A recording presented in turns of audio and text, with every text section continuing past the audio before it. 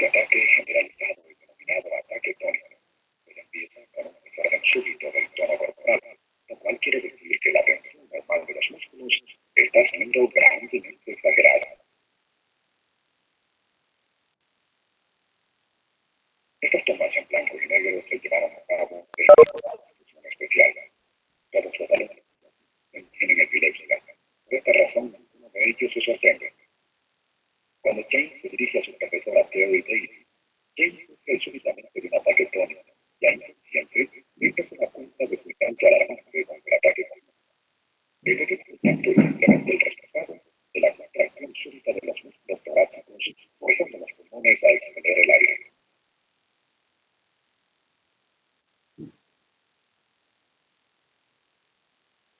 El ataque es extremadamente corto y James se recupera rápidamente.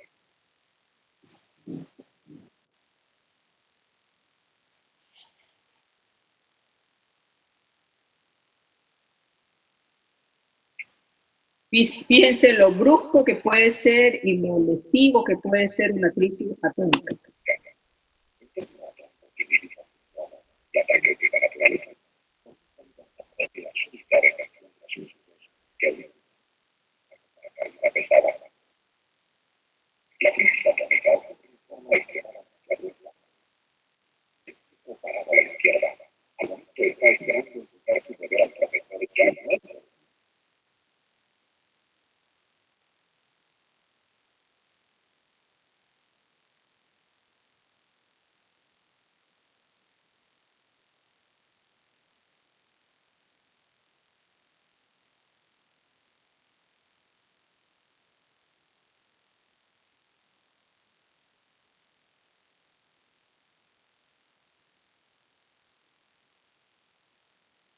Las crisis atónicas es básicamente como que te apagan el switch, que te mantiene parado y simplemente te caes, sin pródromos. Y esa es la gran diferencia, por eso entra dentro del diagnóstico diferencial de los síncopes.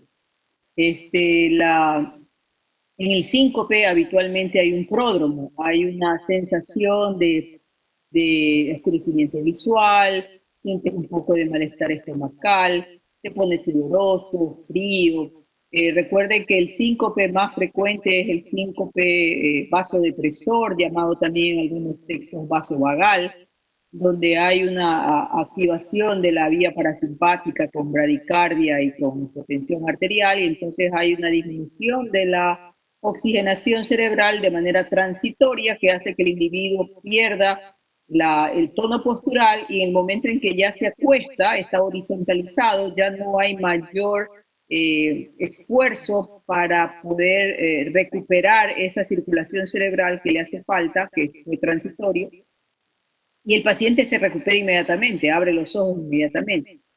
En cambio, en las crisis atónicas no hay el pródromo, simplemente el paciente cae y después de eso queda un poco aturdido, y la mayoría de las veces pues, tiende a hacerse daño.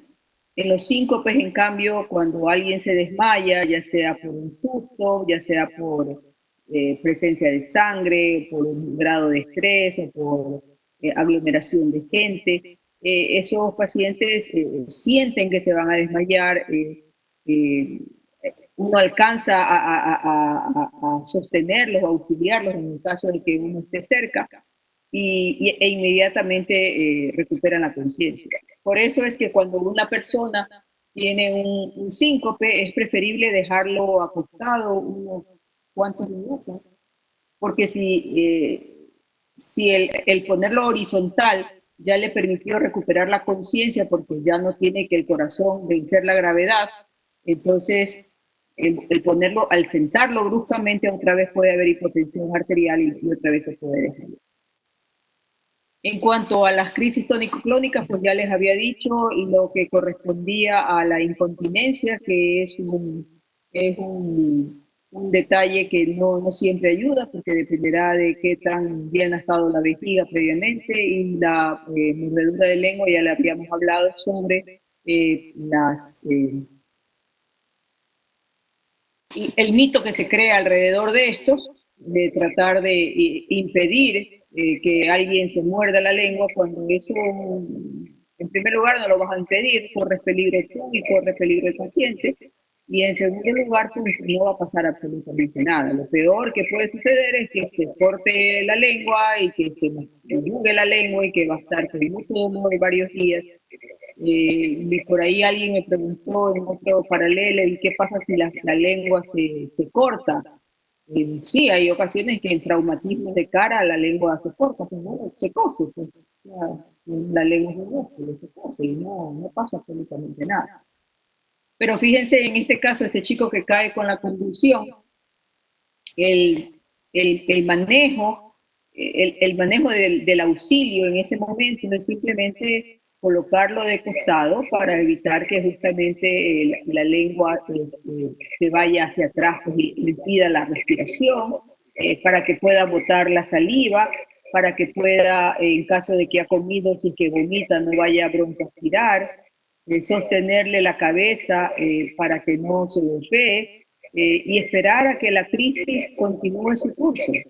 La crisis continúa su curso y luego de eso el paciente se queda dormido, hay cefalea, hay mialgias, hay confusión mental. Ese estado posictal puede durar media hora, una hora, a veces hasta 2 horas.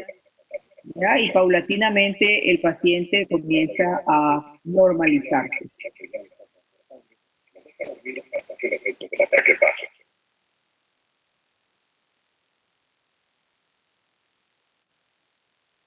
Doctora, una duda. Dígame. ¿Los síncopes vasovagales siempre son benignos? O sea, no tienen ninguna patología de base. No, realmente no, pero hay síncopes que son cardiogénicos. Ese es el otro diagnóstico diferencial. Descartar que no tengas arritmias, que no tengas un bloqueo AB.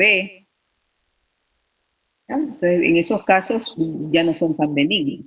O sea, si es síncope vasovagal como tal, es totalmente benigno y lo demuestras con el TIL test, con la tabla basculante, lo hacen los cardiólogos y de esa manera compruebas que hay cambios de la presión arterial con los cambios de posición.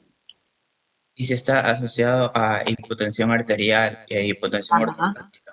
Eso exactamente. igual sigue siendo totalmente benigno. Es que yo sé, a mí me da a veces síncope vasovagal. Sí, sí, a mucha Ah, gente joven le da. Sí, es algo bastante frecuente. gracias.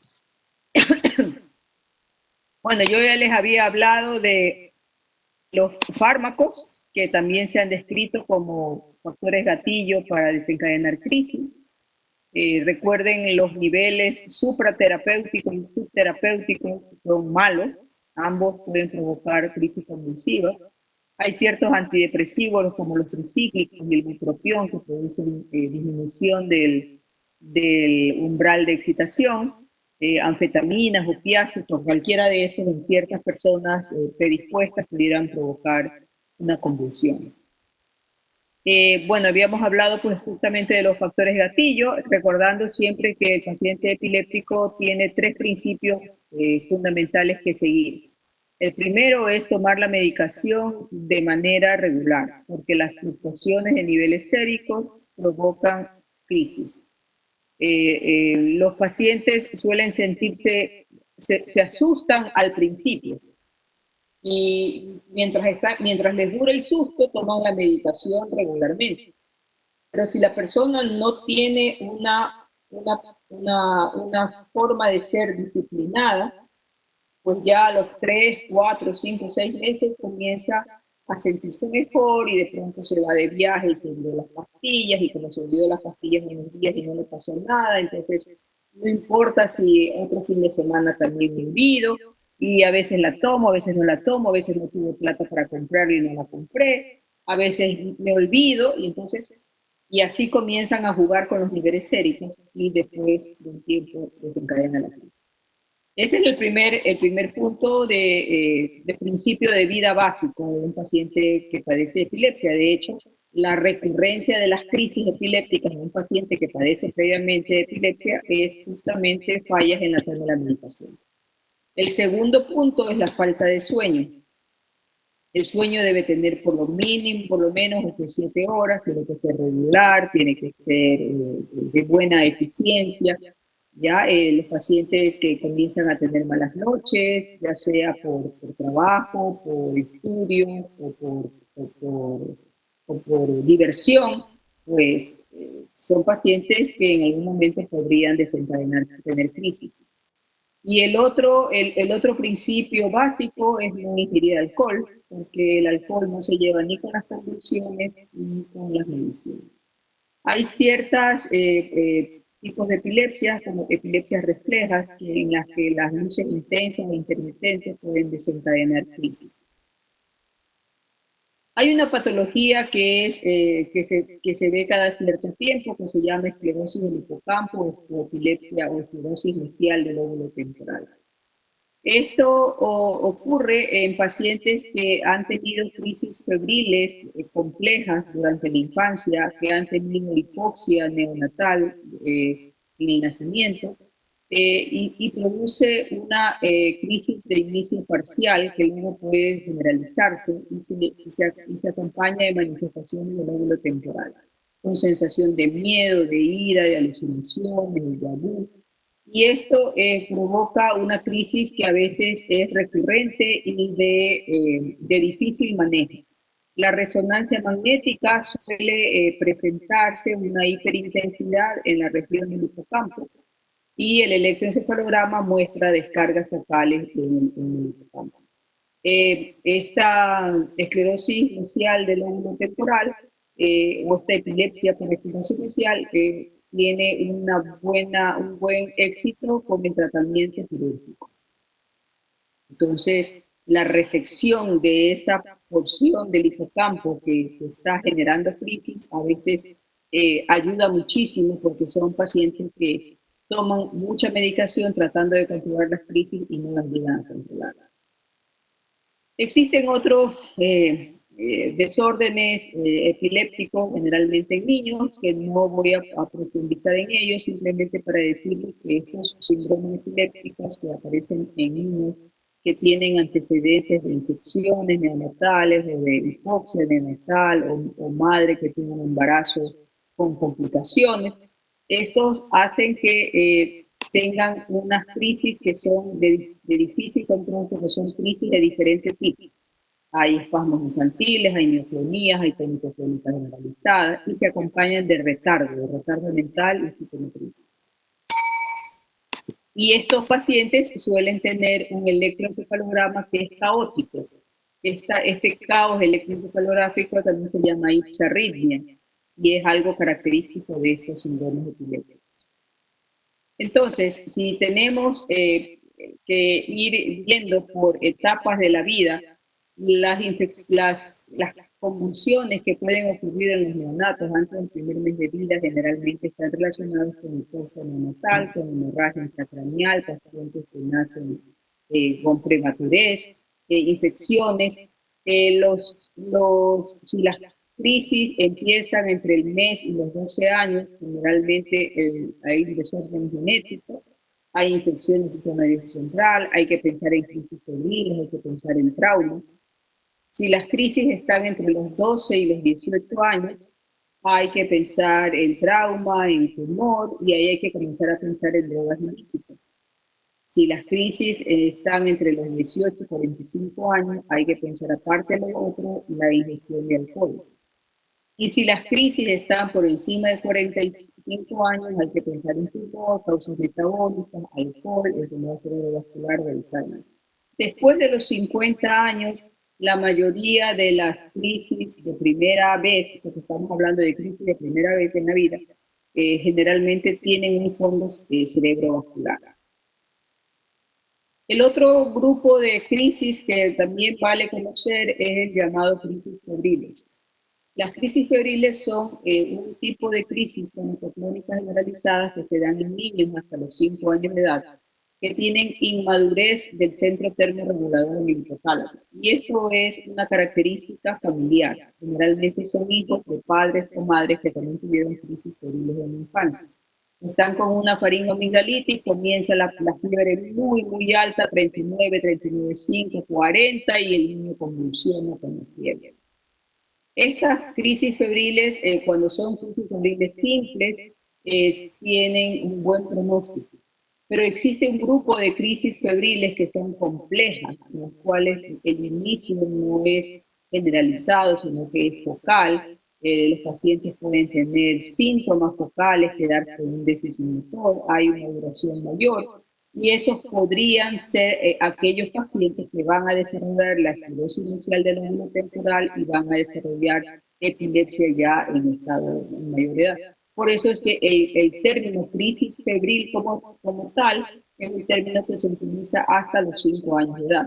Si después de los 5 años de edad alguien convulsiona con fiebre, eso es otra cosa. Eso es una convulsión asociada o gatillada o desencadenada por un cuadro infeccioso o un cuadro febril. Pero como término, crisis febril es un término exclusivamente establecido para ese grupo de edad antes de los 5 años como un trastorno familiar.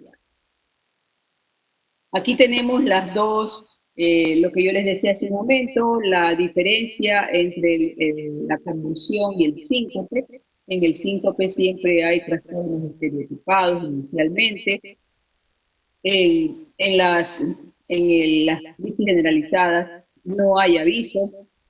Durante el evento, en un síncope podría haber sacudidas, ahí lo que se llama síncopes convulsivos, unas cuantas sacudidas crónicas, menos de 10 segundos. Pero cuando es una crisis hay más movimientos crónicos generalizados. El color de la piel en el síncope está pálido, en la crisis generalizada está cianótico. La recuperación en el síncope es inmediata y en el trastorno de convulsivo es más prolongado. Cuando tenemos un paciente que nos consulta por primera vez, como primera crisis, tenemos que ver el grupo de edad de ese paciente, ¿no? Ya vimos qué es lo que hay que sospechar en cada una de las etapas de la vida. Segundo, habría que tener la historia de un testigo. A veces se tiene y a veces no se tiene, porque el testigo nos puede decir y nos puede describir la crisis. Recuerden que el diagnóstico de epilepsia se basa en la semiología de la crisis, clínico. Si no hay ese testigo, tendremos que basarnos en los datos físicos indirectos. Si hay mordedura de lengua, si hay traumatismo o algún dato que nos indique que la crisis es crónica generalizada. Y estos pacientes van a necesitar hacerse exámenes. Generalmente las crisis que ocurren antes de los 12, 15, 18 años son crisis benignas, a veces están relacionadas con factores neonatales, pero ya cuando una crisis se presenta por primera vez después de los 20 años, son crisis de inicio en edad adulta. Y las crisis de inicio en edad adulta hay que descartar siempre una causa subyacente, una causa orgánica, que no tenga un daño cerebral, que no tenga una malformación congénita, etcétera. O sea, que tienen que ustedes determinar la causa de la crisis. Si la crisis es, la primera crisis está relacionada con un factor desencadenante, pues ustedes lo tendrán que examinar de esa manera y buscar un posible gatillo para estas crisis. Cuando una persona convulsiona por primera vez, no necesariamente va a tratamiento. Tienen que tener claro que cuando uno empieza un tratamiento para epilepsia, el tratamiento no va a ser menor de 2 años. Entonces usted tiene que estar muy seguro para decir que ese paciente se justifica un tratamiento para 2 años. Porque de lo contrario sería una mala práctica médica dar a un paciente una medicación que no necesita y llenarlo de efectos colaterales. ¿Cuáles son los factores que te indican que ese paciente, porque la única razón para medicarlo sería que no vuelva a convulsionar? Entonces, cuando uno convulsiona por primera vez, la primera vez existe, la cifra que yo voy a dar es una cifra, digamos, salomónica, para no entrar en conflicto, porque las series, las estadísticas son diferentes en cada reporte. Pero se considera que aproximadamente la mitad de los pacientes va a tener crisis recurrentes y la otra mitad quizás no vuelva a convulsionar. Entonces, si alguien convulsiona por primera vez y entra en ese grupo del 50% que va a volver a convulsionar, en ese paciente sí se justifica dar medicación. Pero si el otro paciente, el otro grupo, no va a convulsionar, no se justificaría dar medicación. ¿En qué me baso para que el paciente considerarlo en el primer grupo o en el otro? Me baso del resto de exámenes. ¿Cuáles son los factores que favorecen a que no se dé tratamiento? La evidencia de un factor precipitante que es inmediatamente reversible. Por ejemplo, la ingestión de alcohol, un tóxico, un fármaco, una hipoxia. El workup, o sea, la investigación completa que indique que no hay un trastorno del sistema nervioso central. Ahí va a ir el electroencefalograma, ahí va a ir la resonancia, la tomografía, va a ir que no haya meningitis, que no haya un stroke, etc. Y el otro es que el paciente sea un niño, porque generalmente en los niños las crisis son benignas. ¿Cuáles son los factores que favorecen al tratamiento? Cuando no tienes un factor precipitante reversible, cuando tienes en el examen neurológico ya anormalidad, cuando tienes un electroencefalograma anormal o una resonancia magnética anormal, y cuando hay riesgo de consecuencias serias si es que la convulsión ocurre.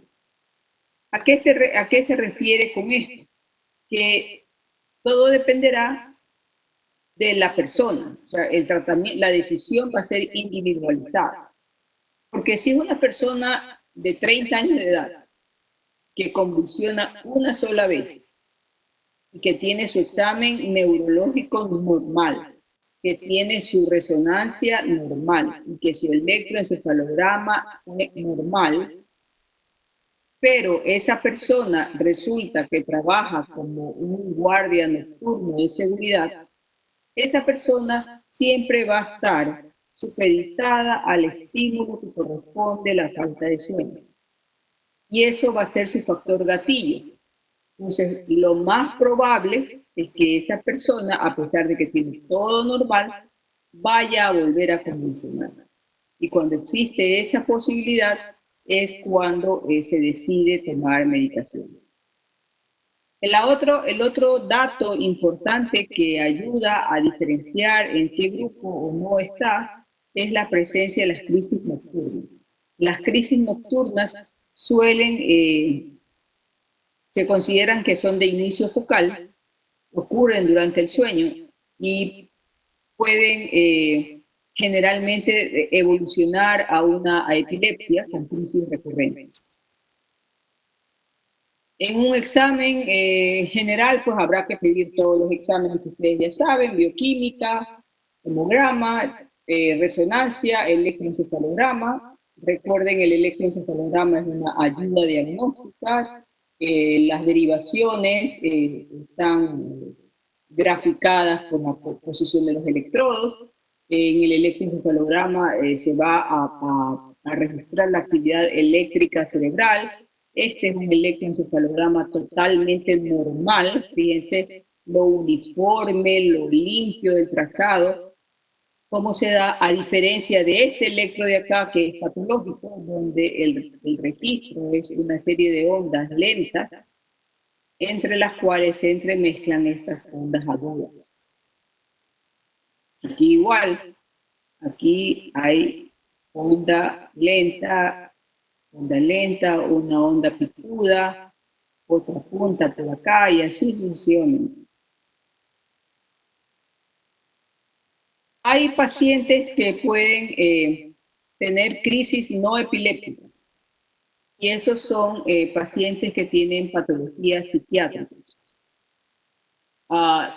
Aquí hay que analizar desde varios puntos de vista. Los pacientes que tienen epilepsia y que tienen compromiso del lóbulo temporal suelen tener asociado un componente psiquiátrico. Son personas conflictivas, son personas inconformes, son personas obsesivas, son personas con poca tolerancia, etc. Y pues si está sometido esa persona a una situación de estrés, a una situación, un mal manejo de emociones, etcétera, podría tener exacerbación de crisis, que a las finales unas son epilépticas y otras son psicogénicas. Uno no podría saber.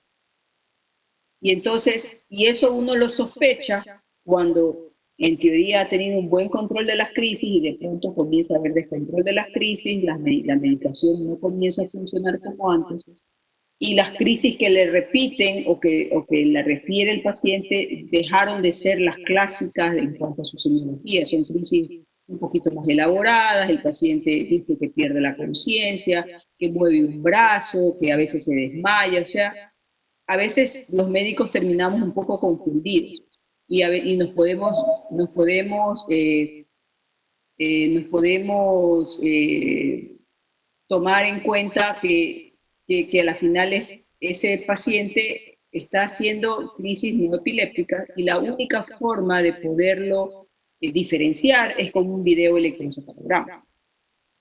Pero recordemos que nunca le podemos atribuir a alguien como algo psicogénico mientras no descartemos lo orgánico. Siempre la parte psicogénica va a ser la excepción, o sea, el diagnóstico de exclusión, cuando ya hemos descartado todo lo orgánico. ¿Alguien pidió la palabra?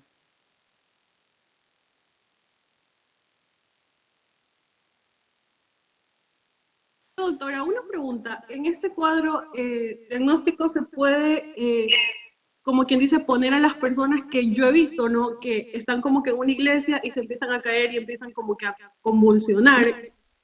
O sea, pero que realmente creo que no están convulsionando, sino es un estado como psicológico, que puede ser por el estrés. ¿Puede ser eso? A ver, eso que me narras tú es el clásico síncope vasovagal de las personas mayores que a veces están mucho tiempo arrodilladas o que están en estos tumultos de gente cuando hay procesiones y hay romerías y hay peregrinaciones y que hacen una hipotensión postural. Y cuando hay hipotensión postural, podría haber con el desmayo unas cuantas sacudidas clónicas. Y de hecho podría haber, eso se llama síncope convulsivo, pero no es una epilepsia. Los pacientes se recuperan inmediatamente. Solamente que el paciente no se recupere inmediatamente y quede aturdido, quede confuso, quede con un estado posictal, yo podría pensar que a las finales hay un fondo convulsivo. Doctora, otra pregunta. ¿Y si es Doctora, gracias. Dígame. si es un ejercicio intenso el que desencadena una convulsión y después si hay como un proceso post-ictal, ahí sí podríamos estar pensando en epilepsia, ¿no? ¿Y por qué el ejercicio intenso puede desencadenar una convulsión? O sea, le pregunto porque o sea, porque lo he visto, entonces no es que lo haya leído. La única razón por la que el ejercicio intenso podría desencadenar una convulsión sería que el ejercicio intenso te provoque hiperventilación. Y al haber hiperventilación, se produce un desbalance gasométrico y puede desencadenar una convulsión. Podría ser. No es muy frecuente. Ok. De hecho, cuando uno empieza un tratamiento antiepiléptico en un niño, una de las preguntas es esa, el de los padres, si puede seguir jugando fútbol o puede seguir. La respuesta que yo siempre doy es que mientras está el paciente en proceso de adaptación de la medicina, cuando tú das medicina, dosis completa, tú vas escalando de a poco. Entonces, cuando tú escalas de a poco, tú tampoco lo tienes protegido completamente. La protección la va adquiriendo en la medida que va alcanzando el nivel terapéutico.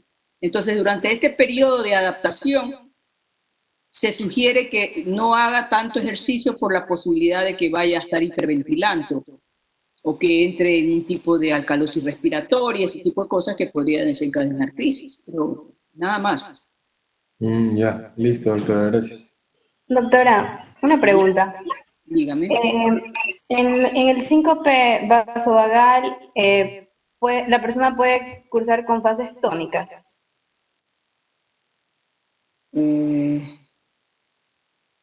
Habitualmente no.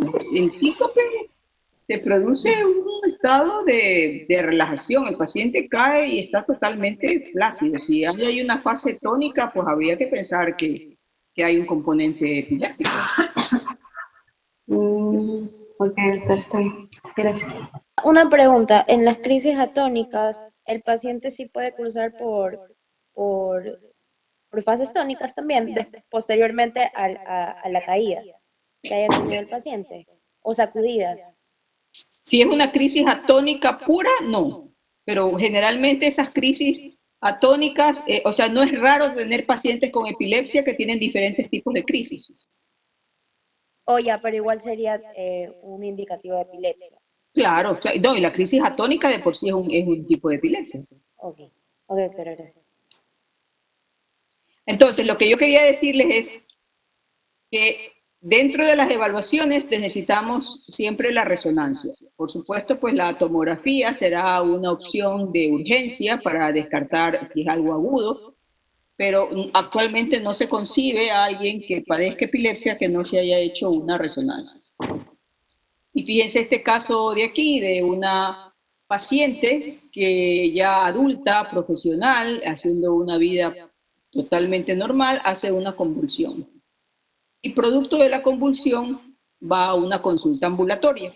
Pasa la convulsión, se siente mejor y va a la consulta ambulatoria. Y el examen físico se nota que esta paciente tenía un déficit en una pierna, arrastraba una pierna y se le pregunta por qué desde cuándo tiene ese problema en la pierna. Y ella lo refiere que lo ha tenido desde pequeña, desde chiquita, que su mamá le dijo que había tenido polio y simplemente se quedó con esa etiqueta de que tenía polio y esa fue la razón por la cual ella tenía una pierna con la cual cojeaba. Pero que en ningún momento le había impedido tener un desarrollo normal, incluso intelectualmente es normal, profesional y todo. Pero convulsiona y al convulsionar, pues uno de los exámenes que hay que pedir es una resonancia. Se le hace la resonancia y fíjense, lo que tiene ella es una hemiatrofia cerebral. Esto es congénito. Ella nunca tuvo polio.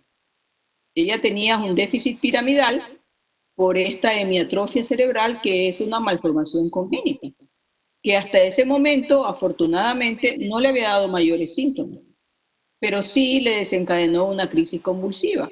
Entonces, por ejemplo, si ya tiene un examen de imagen anormal, la posibilidad de que vuelva a convulsionar es mayor.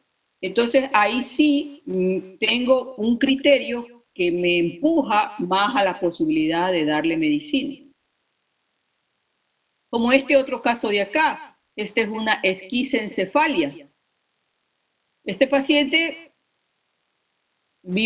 tenía su vida normal hasta que convulsionó. Y no es por la convulsión que se hace la resonancia y se encuentra con que tenía una malformación congénita. Tenía aquí una hendidura donde no se había migrado toda la corteza, todo esto de aquí es masa de sustancia gris, que debía estar acá arriba, migrada como corteza, y esto generó un foco epiléptico. Entonces, esta persona con un daño estructural definitivamente va a convulsionar otra vez. Entonces, hay que darle medicina. En otros casos, el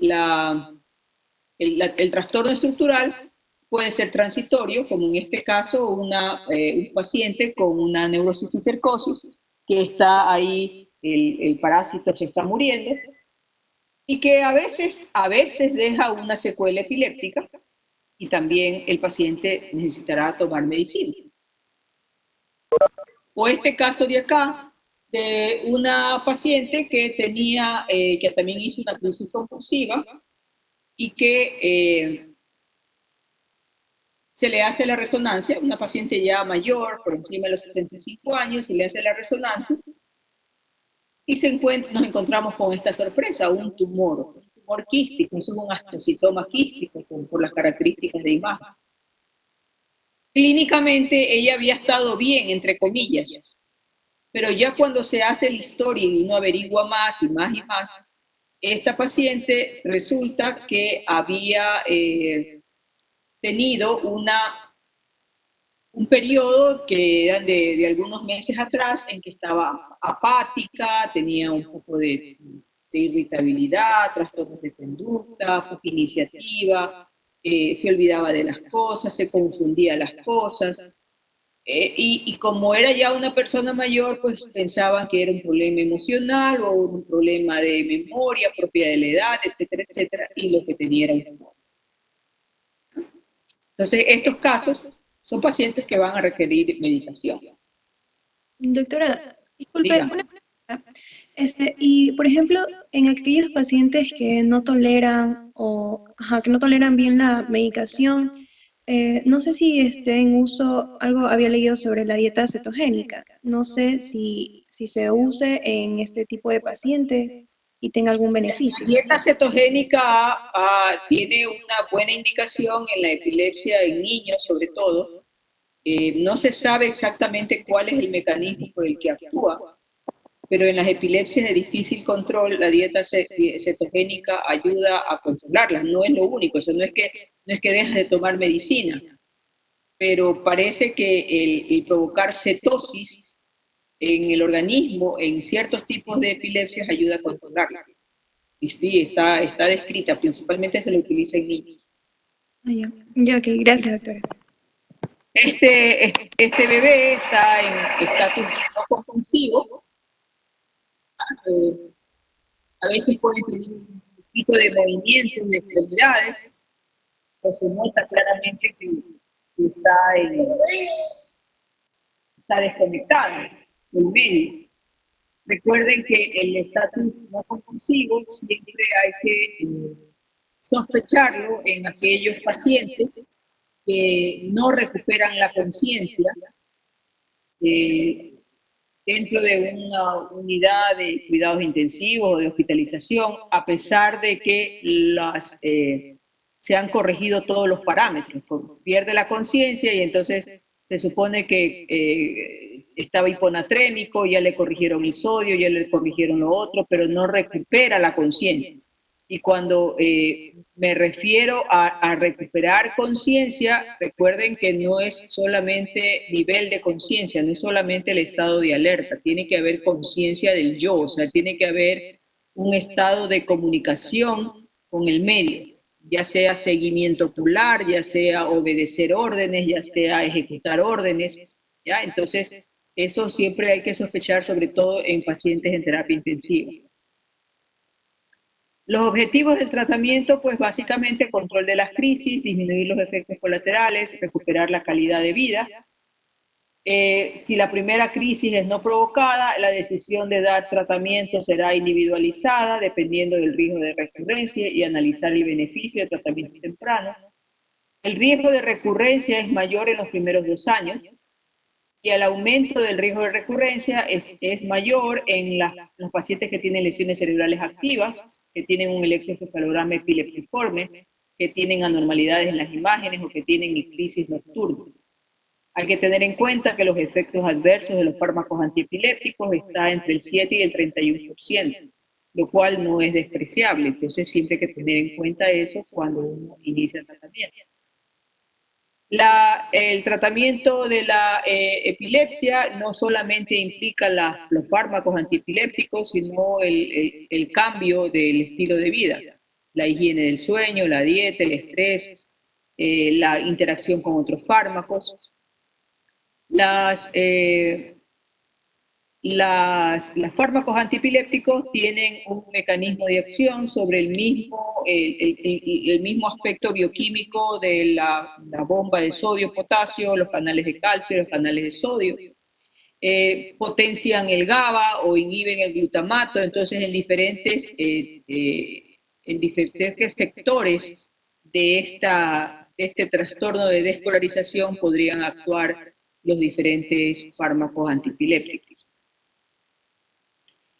Si un paciente tiene recurrencia de crisis, hay que siempre pensar en que el paciente no ha estado tomando regularmente la medicación.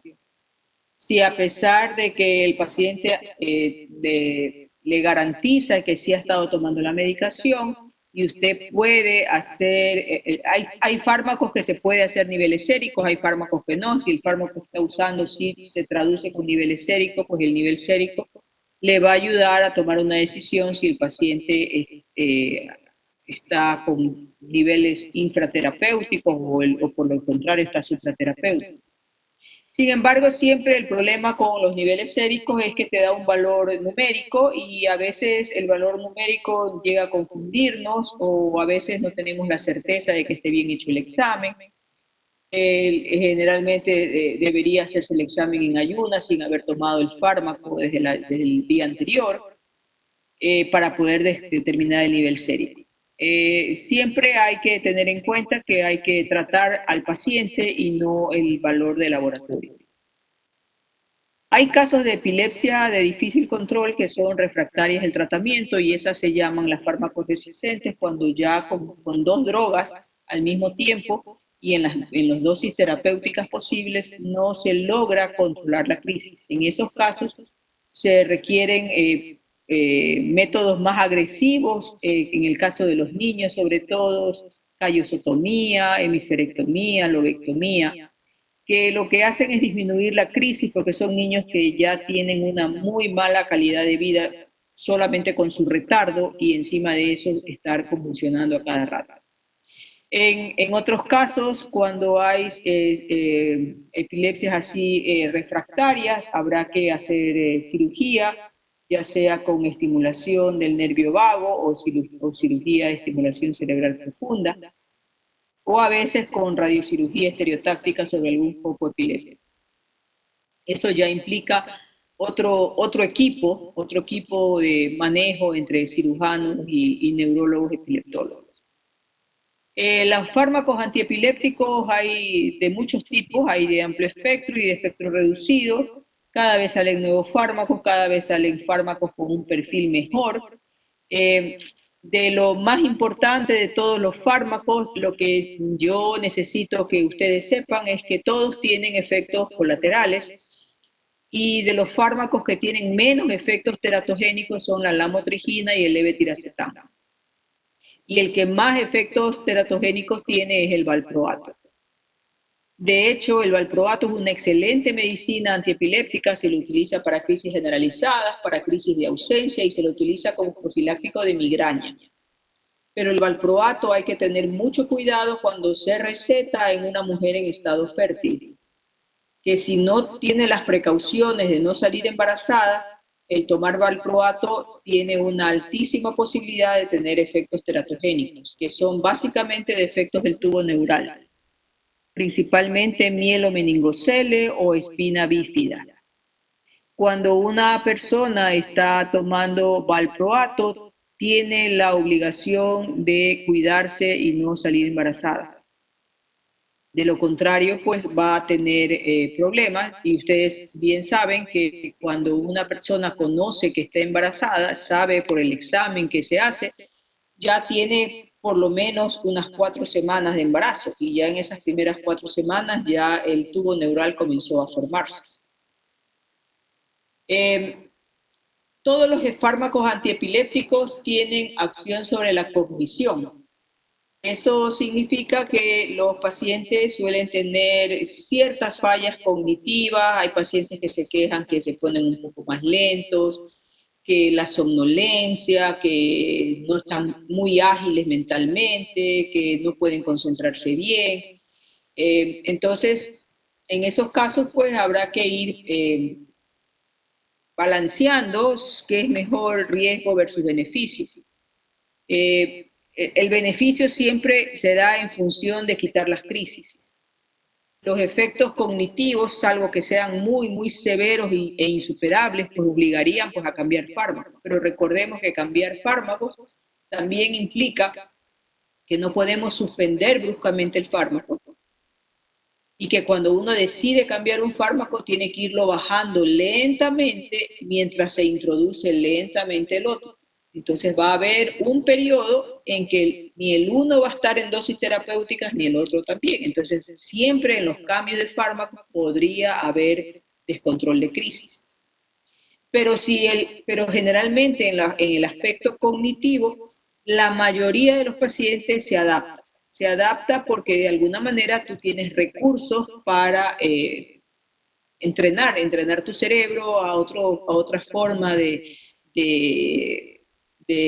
atención o de concentración o hacer, pues, tomar ciertos periodos de siesta o de descanso entre una tarea y otra. O sea, habrá algunos recursos para hacerlo.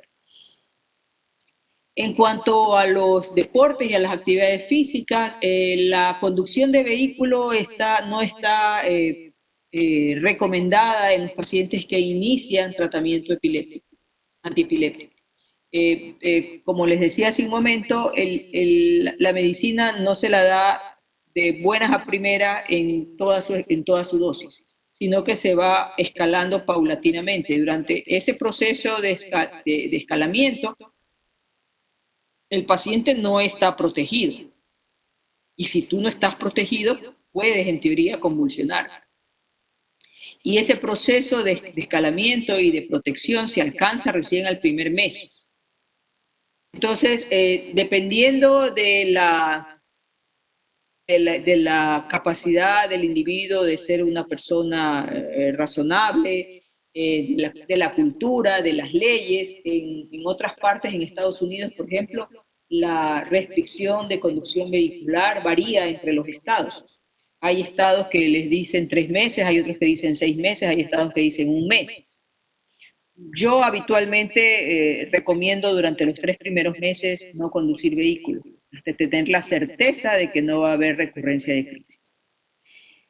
Y en cuanto a los deportes, todos los deportes que impliquen por sí solos riesgo de muerte. Si te sucede una convulsión, un alpinista que le dé una convulsión mientras está escalando, simplemente se muere.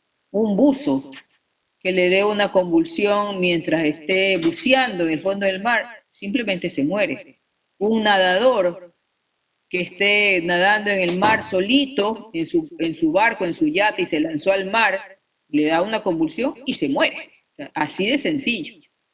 Entonces, todos estos deportes que de por sí solos causen riesgo y que te obliguen a estar solo, entonces son deportes que están prohibidos en aquellos pacientes que no tienen su epilepsia controlada.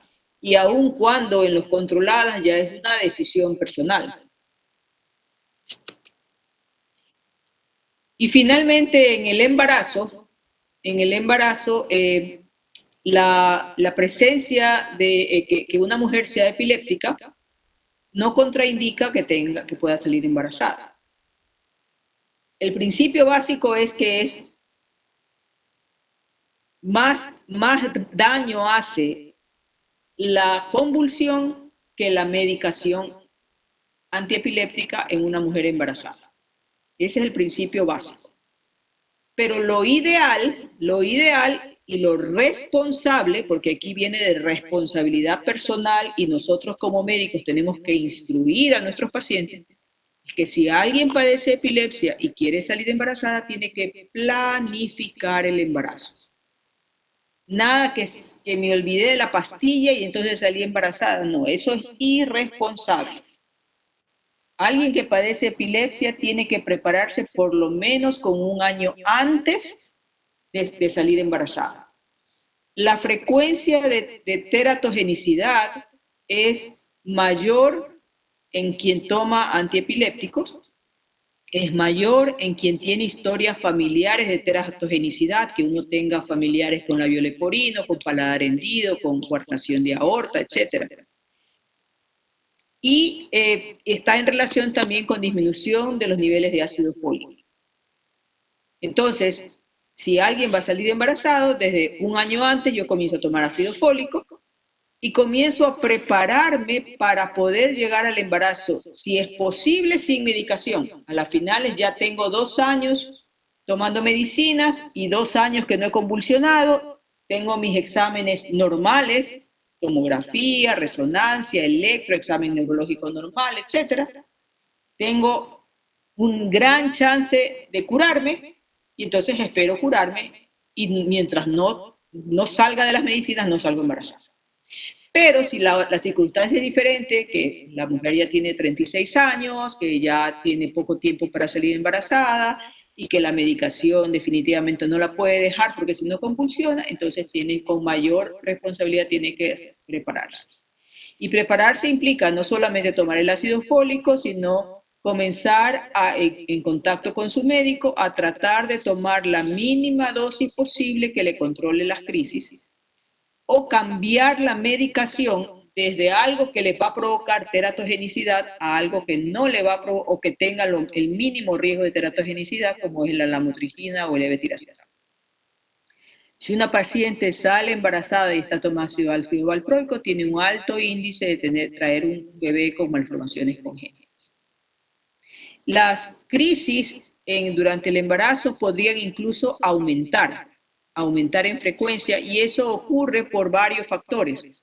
Desde los hormonales, porque el estrógeno es proconvulsivante, desde las metabólicas, porque la mujer tiene retención de sodio y de agua, los trastornos fisiológicos de estrés que provoca la falta de sueño, la mujer con una barriga grandota no puede estar acostada boca arriba, se siente incómoda, tiene que dormir de lado, el sueño es fragmentado. Y la otra que el aumento de peso corporal hace que el nivel sérico disminuya. Entonces, por ese lado, el estado de la preconcepción y de la concepción deben estar establecidos con varios parámetros. La dosis del fármaco, la menor dosis posible, monoterapia, optimizar las concentraciones séricas, suplementos de ácido fólico, y cuando sale embarazada, cuidar el peso, y tener presente de que si hay aumento de crisis en el tercer trimestre, o que es donde más hay aumento de crisis, habrá que aumentar la dosis. Ok, Wendy, tienes 15 minutos. Pregunta. Dígame. Cuando una mujer tiene epilepsia y queda embarazada, ¿también puede haber riesgo de producir eclampsia, convulsiones y una eclampsia? Digamos, podría provocar, no necesariamente hay una relación directa, pero porque la eclampsia puede ocurrir en una mujer no epiléptica. O sea, el hecho de que tengas epilepsia no te indica que vas a tener eclampsia. Ah, ok. ¿Y las convulsiones de la eclampsia se pueden confundir con un ataque epiléptico en la mujer embarazada? O sea, si son solamente por la eclampsia, son por la eclampsia y nada más. Pero si la paciente después de salir del embarazo sigue convulsionando, ya es una epilepsia. Una epilepsia. Ok, doctora, gracias. A ver, Wendy. Ya, doctora, pero en 10 minutos, rápido. No, pues haz lo que puedas, pues de ahí nos quedamos para la próxima.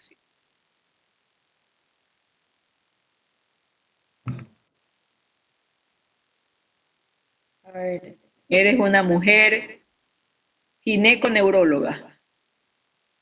Sí, está interesante el tema. No sé si ya se puede ver. Ya se puede ver, sí, ya se puede ver.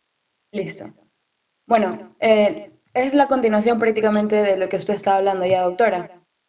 Actualmente muchos estudios han demostrado la participación de las hormonas sexuales femeninas, como la progesterona y el estrógeno, en la recurrencia, en la frecuencia y en la gravedad de las crisis epilépticas que tienen las mujeres que sufren de epilepsias. Normalmente, cuando una mujer en etapa reproductiva quiere quedar embarazada, como se lo dijo, tiene que prepararse. El médico tiene que cambiar de una politerapia a una monoterapia y escoger el fármaco que tenga menor riesgo, sino un riesgo nulo, teratogénico, para evitar los defectos del tubo neural o cualquier otra malformación congénita del bebé. Entonces, las consideraciones y lo que el médico responsable tiene que saber es si los fármacos antiepilépticos interactúan con la terapia hormonal anticonceptiva de las mujeres que están en edad reproductiva, si estos fármacos antiepilépticos que llamaremos FAE afectan la fertilidad, el riesgo teratogénico que estos tienen y cómo este afecta la libido, si las convulsiones y las concentraciones de estos fármacos cambian durante el embarazo, el posparto y la lactancia, el riesgo de osteoporosis que tienen no solamente la epilepsia como tal, sino también las drogas que se utilizan para tratar las epilepsias, y el efecto de las hormonas sexuales en la frecuencia y en la gravedad de las crisis. El primer término que tenemos que tener claro es la epilepsia catamenial. El término catamenial se deriva de la palabra griega katamenios, que significa mensual. Las mujeres que tienen epilepsia catamenial tienen una exacerbación cíclica de sus convulsiones en ciertos puntos de su ciclo menstrual que se atribuye a las fluctuaciones o a las variaciones en las hormonas sexuales. ¿Cuál es el mecanismo de esto?